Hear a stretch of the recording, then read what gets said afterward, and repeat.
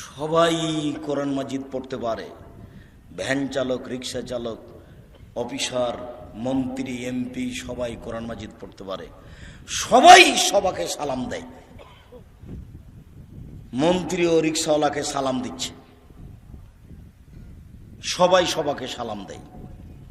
যদি একটা খারাপ বৈশিষ্ট্য আছে, প্রায় সবাই দাড়ি চাঁচে, তবে সবাই সবাকে সালাম দেয়। চীনে সালাম দিবেন না, আর 10 জায়গাতে সালাম দেওয়া নিষেধ, এই কথাটাও মিথ্যা। তার মধ্যে এক জায়গা হচ্ছে যখন খাচ্ছে তখন সালাম দিতে হবে না, এই কথাটা মিথ্যা। আপনারা খাচ্ছেন এই জন্য সালাম দিচ্ছি না, মনে কিছু নিয়েন না। এতগুলি বাক্য চললো আর আসসালামু আলাইকুম চলবে না?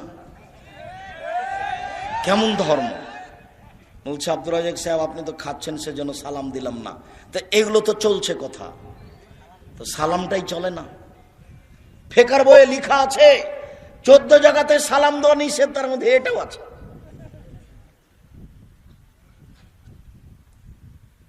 পাবনা যাচ্ছি তো এক লোক অজু করছে, আমি সালাম দিয়েছি, তা আমাকে বলছে অজু করার সময়তে সালাম দেওয়া যায় না।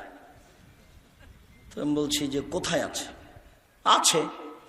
কোথায় আছে? আছে।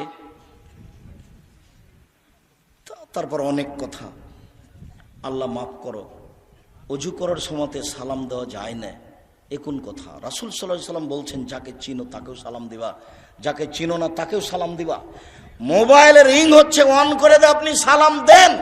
হিন্দু হোক, মুসলমান হোক, বৌদ্ধ হোক, খ্রিস্টান হোক, সে যেই হোক না কেন, ডোম হোক, চামার হোক, হাঁড়ি হোক, সে যেই হোক না কেন, মুচি হোক, মেথর হোক, আপনি তাকে সালাম দিবেন।